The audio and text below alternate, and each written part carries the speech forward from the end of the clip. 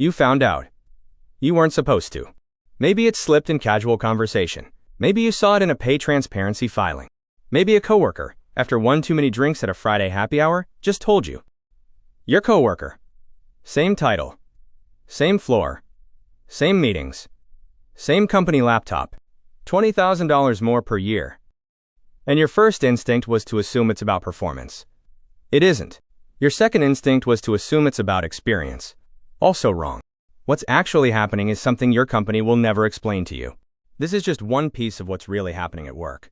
Like it so more people wake up.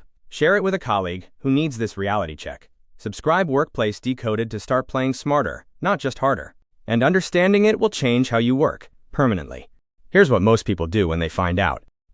They go quiet. They go home. They spend 3 hours mentally replaying every time they stayed late, every project they delivered, every compliment their manager gave them. They build a case, in their own head, for why this isn't fair. And then they show up the next morning and do the exact same job. Maybe they ask HR about it. HR gives them a non-answer. Something about compensation bands and market data. Maybe they bring it up with their manager. Their manager looks uncomfortable, says something vague about budget cycles, and promises to look into it. Nothing changes. So they do what most loyal, hardworking employees do. They absorb the information. They feel resentful in silence. They work slightly less enthusiastically. And 6 months later, they're still making the same salary, while quietly updating their LinkedIn. But here's what they never stop to ask. Why does this keep happening? Not in their company. In every company. You've been told that pay is tied to performance. That's the official story. But here's what the data actually shows. Employees who switch jobs see an average pay increase of nearly 18 to 20% compared to those who stay. Let that sink in. The person who left, who gave up accumulated knowledge, relationships, institutional memory, got paid more for leaving than you got for staying. And your coworker who earns $20,000 more? In many cases, they didn't earn that gap by working harder. They negotiated it on day one. Or they came from outside. Or they simply asked for a number that was higher than yours, and the company said yes. That's it. There was no committee that reviewed your relative output. There was no algorithm comparing your value against theirs. The gap isn't about merit. It's about information asymmetry, and you've been on the wrong side of it. Let's talk about what's actually happening inside the building. Because companies don't set your salary based on fairness. They set it based on the minimum number you will accept without leaving. And they are exceptionally good at figuring out what that number is. There's a term for what's happening to you right now. It's called salary compression. And it's not an accident. It's not an oversight. It is a structural feature of how American corporations manage payroll. Here's the mechanics. When the job market gets competitive, which it has been, in waves across the last decade, companies are forced to raise their starting offers to pull in new talent from outside. But internally, nothing moves. Your salary stays anchored to the day you signed your offer letter, not to today's market, not to what that role is worth right now. To the market conditions of the specific month you first said yes. Someone hired into your exact same role, same title, same responsibilities. 6 months later, they negotiated against a market that had already moved. They walked in worth more on paper before they did a single day of work. Large corporations use compensation benchmarking software. Tools like Radford, Pave, Comp Analyst, Mercer. They know exactly what your role is paying in your city, in your industry, updated regularly. Your HR department logs into that software before every hiring decision.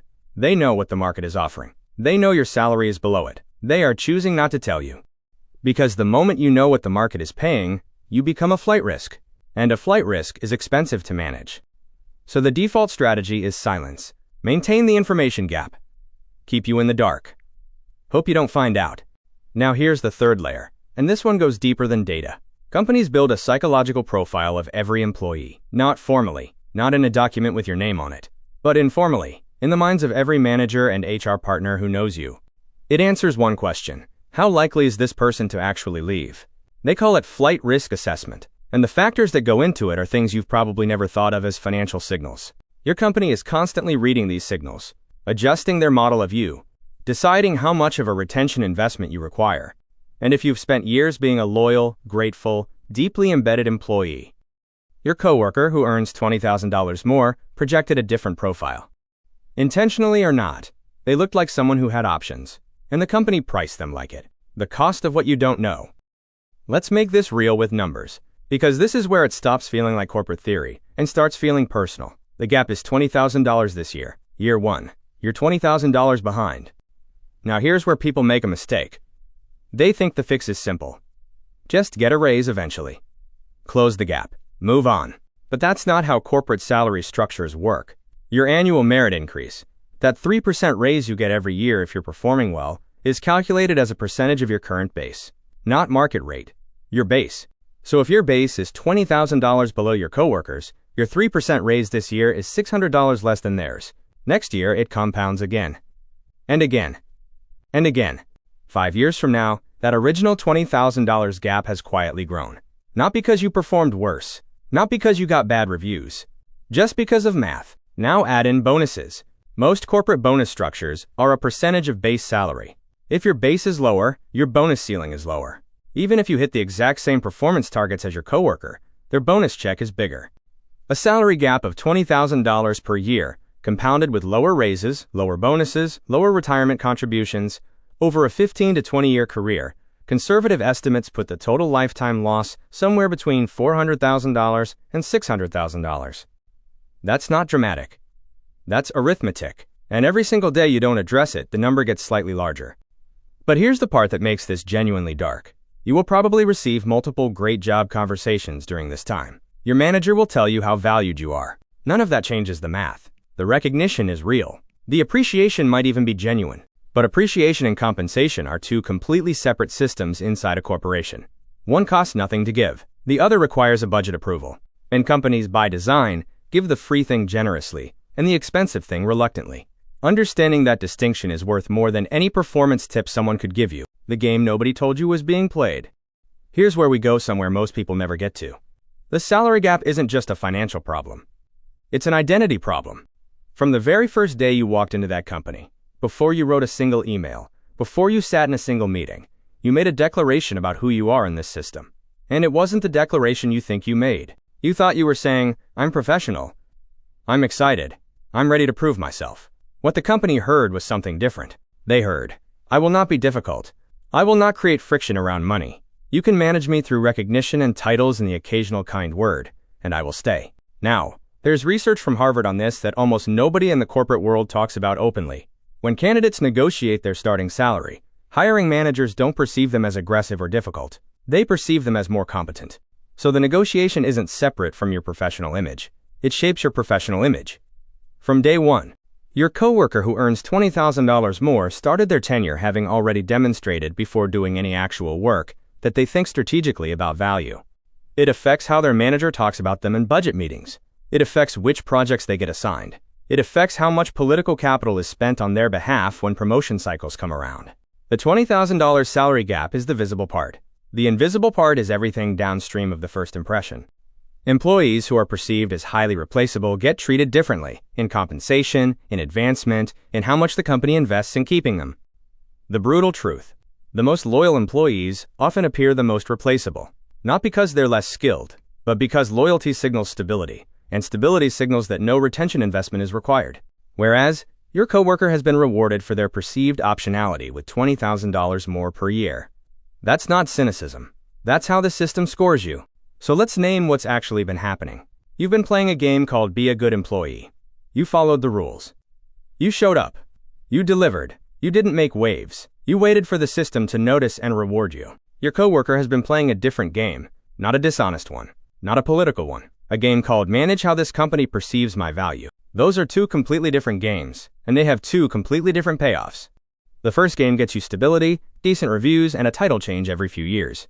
The second game gets you $20,000 more per year before you've done a single day of work. Here's the realization that changes everything. You were never just doing a job. You were always, whether you knew it or not, in a negotiation about what you're worth. All of it was information the company was using to calibrate their model of you, and you were feeding that model without even realizing the model existed. Pause for a second. If you just did that math in your head and realized how much you've already lost, tell me in the comments, how many years have you been underpaid? I want to know, because I think the number is going to shock both of us. The person earning more than you figured out, earlier somehow, that the job and the negotiation of the job are not two separate things. They're the same thing. Now the question arises, what actually moves the number? You don't need to become someone who plays games. You don't need to become aggressive, political, or someone who threatens to leave every 6 months. But you do need to make one fundamental shift.